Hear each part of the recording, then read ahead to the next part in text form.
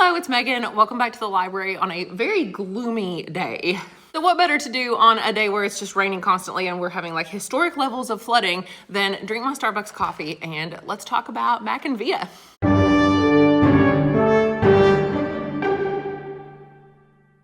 So, drink of the episode is Starbucks. Did they draw these stars on there? Surely not, right? Like, this must be a feature of the cup. Like, I'm trying to scrape it off. What the heck? There are stars on there? I don't even know. It looks like they're hand-drawn. This is the vanilla sweet cream cold brew. It is my favorite coffee of all time ever. So today we are here to talk about MackinVIA. This is just kind of a sit down chatty video. Honestly, I don't even have any notes in front of me. I just want to talk because I'm very conflicted about what to do with my MackinVIA subscription for next year. And I thought maybe you guys could help me out in the comments a little bit.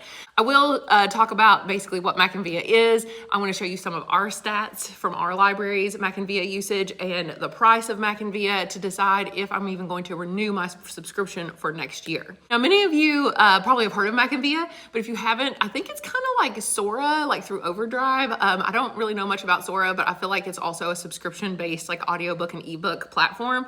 That's what MackinVIA is. So you can subscribe to this, it's called a consortium.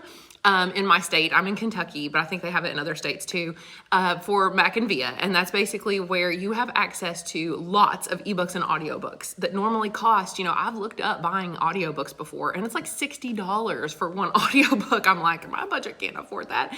But this gives you access to a bunch of books. But of course, students usually can only check out like one copy at a time. But the good news is with all the like really popular books, they usually have multiple copies.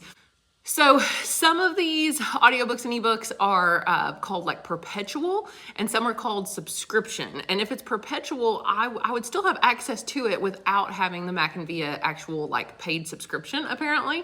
If I were to cancel it for next year is what I gather.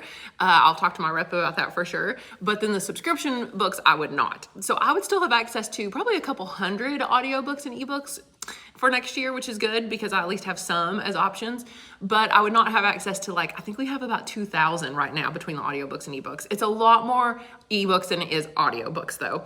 And the students really, I think, prefer the audiobooks though. So I would take that into consideration as well. Now, another thing to note for my particular scenario is just that I started out with MackinVIA back during the pandemic times. I think that's really when it started, was during COVID, because everybody needed access to books. They were working at home, kids were working at home. We didn't have the library. So this was a really great option that was very affordable. So most of the schools in my district subscribe to MackinVIA. But since then, the other high school in my district that's a little bit bigger than mine even, I think they have about 1,600 kids. We have about 1,300 kids. They did away with their MackinVIA subscription because it just wasn't used enough to warrant paying for it, which we'll talk about how much it costs here in a minute to see if you think it's cost effective or not to be purchasing it. So it worked out well during pandemic times. Then we all came back to school and yeah, it wasn't getting as much use. But when I knew we were about to have the big move to our new school, I was like, I have to keep it because last year when we did the move, we didn't have book checkout for the last 2 months of school. There were no checkouts in April and May. All books were due like the last day of March. So I thought, well, if we can't have physical books for 2 months of school, we need to have access to a lot of books. So we had the audiobooks and ebooks as options because my school does do monthly independent reading through our English classes. And every student has to read a book every single month and do like a little project or something with it for their class.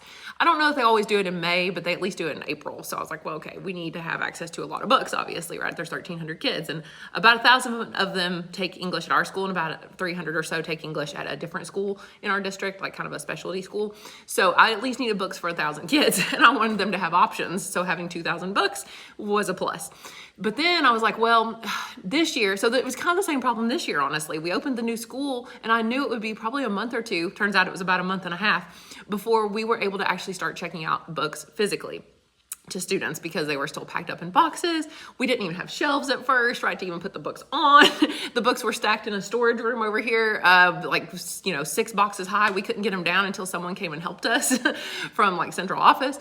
So it was just a whole thing, right? And we wanted to do it right with the dynamic shelving and making sure that we, planned out the space correctly and everything. So I didn't want to rush it. I wanted to do it all right the first time. So I think we started checking out books like basically at the beginning of October and or end of September even, and we started school like mid-August. So I knew I wanted books to have during that time to fill the gap. So I kept MackinVIA again. Now, for next year, I do want access to those books. However, we now have the makerspace. which is gonna be a whole other video, but it's in that room back there. The video may already be out. I don't know which one's coming out first. And the makerspace, we've never had before at all. I have no idea how much budget to set aside for it because it will come out of my library budget, which I'm gonna advocate for like a higher budget in the future if I need to. But the thing is, I pay, I'll go ahead and tell you, $1,000 a year for the subscription to MackinVIA. That does not seem cost effective anymore, especially now that we would still have access to like 200 or so books if students really did want them. And we have access to our physical books like all year round now. So we don't really need the extra audiobooks and ebooks anymore. And that's $1,000 that I can spend on the makerspace, basically just like allocating that exact funding for the makerspace to see if it is $1,000 enough to stock a makerspace for a school of 1,300 kids and like 70 staff members. I don't know. I mean, I really have no idea how much to allocate for it. So we're gonna find out kind of the end of this year, like the last 2 months of school. I wanna see how much like usage I can get in the makerspace and see how much interest we have for next year when we really like get it off the ground. And see, you know, like buttons are cheap, you know, something, you know, craft supplies are cheap, things like that. Students have to bring their own t-shirts or shoes or whatever they want to do to like make with the heat press. We will just provide the vinyl, so I'd have to buy the vinyl for that. But I mean, eventually it's going to get expensive buying 3D filament for the 3D printer and the 3D pens, stuff like that. So, you know, I have clay, I have consumable items like that'll eventually run out that I have to replace. Yarn, you know, I mean, obviously yarn's cheap, but I don't know how much it's going to cost in the long run. Or can we sell stuff that we make in the makerspace? We have a school store, you know, I'm sorry, this is turning into a makerspace video, but I'm just trying to think of like other ways we can get money. And I know there are grants out there for makerspace stuff, but it's just not a sustainable fund, right? Hey, if we get a grant one year, that'd be great. But if we don't, then what? So I'm thinking we take that $1,000 from MackinVIA and we use it for the makerspace. But first we need to talk about MackinVIA usage. Here are the stats. I'm going to pull it up here. This is how many books have been checked out this school year. I don't know what the number is, but we'll put it right here on the screen. Whatever it is, it's not enough because I'm pretty sure that every year so far, we've only had around 100 to 150 checkouts on MackinVIA. Let's say we had 100 checkouts and I pay $1,000. That's me paying $10 every time student checks out one book. And who's to say they even read that book, right? One book is $10. There's nothing in this library that would be like that, right? Like I guess every now and then I buy a book that's only checked out like one time, you know, in however many years, and I would weed it or get rid of it. But for the most part, I purchase books that are checked out like multiple times. So if I pay $20 for, let's say, or even more, 22, something like that, for a nice like hardcover book that's maybe already even processed for me, cheaper if I get it on Amazon, then way more cost effective, let's just say that. So I think since I'll still have access to some books, it makes no sense to be paying like $10 a copy, right? And this school year, maybe the numbers might even be more misleading because I feel like, you know, students did check out the ebooks and audiobooks more at the beginning of the year when we didn't have access to the books as much. And I've talked to some teachers before, English teachers, and we've kind of decided that, I mean, we don't have a certain number, but if we had to pick a number, how many checkouts would I have to warrant paying $1,000? And I think the answer is probably at least 300. If I had at least 300, I could maybe warrant paying $1,000 a year. But I've never once, since I even started MackinVIA, even back like during pandemic times, I've never had 300 checkouts. So just does not seem feasible. Now, the one last thing I should mention, though, is promotion.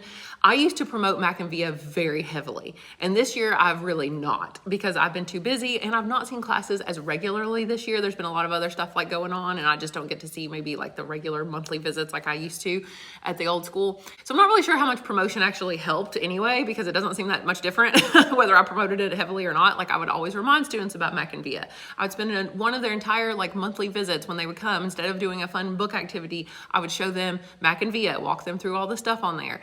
Or last year we used it at the end of the school year because for the first time last year, my school offered, well, we've always done summer reading, but the summer reading choice was like that the kids could pick whatever they wanted. So we previewed some books on MackinVIA that were exclusive only to MackinVIA that like we didn't have in our library, so they could see something new and different, and they'd be encouraged to use it over the summer because of course they still have access during the summer, which is kind of nice. And of course they still will, but fewer books, you know, and it doesn't expire, my subscription doesn't expire till like like the beginning of next school year, like August. So we'll still have it through this summer, which is good. That's kind of where I'm at right now is, you know, it doesn't seem to matter how much I promote it or anything like that. I put signs out about it, hang signs in every single English classroom. It doesn't really seem to matter. I think my biggest takeaway is I've convinced myself to cancel my MackinVIA subscription, and I've really enjoyed it. I really have. I think all the features are so great. It's just not heavily used at my school. I think there's something about kids still like physical books. They still prefer physical books. The only other case that they kind of, it's useful to have is if students can't check out a book.